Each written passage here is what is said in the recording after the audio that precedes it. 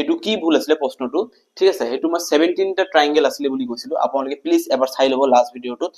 তো এইটো মোৰ ভুল হলে মই সেইটোৰ কাৰণে ৰিয়েলি ভেৰি ভেৰি সৰি এনেকা এটা ট্ৰায়াঙ্গেল দিয়া আছিলে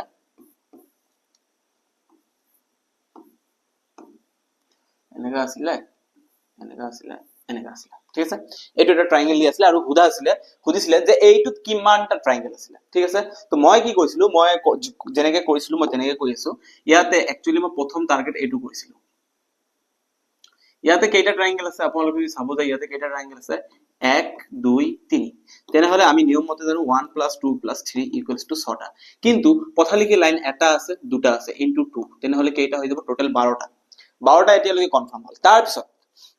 তাৰপিছত আপোনালোকে ইয়াতে চাব ঠিক আছে 12 ইয়াতে হ'ব 13 এইটো হ'ব 14 এইটো হ'ব 15 15 এইটো আমাৰ কিমান হৈ যাব 16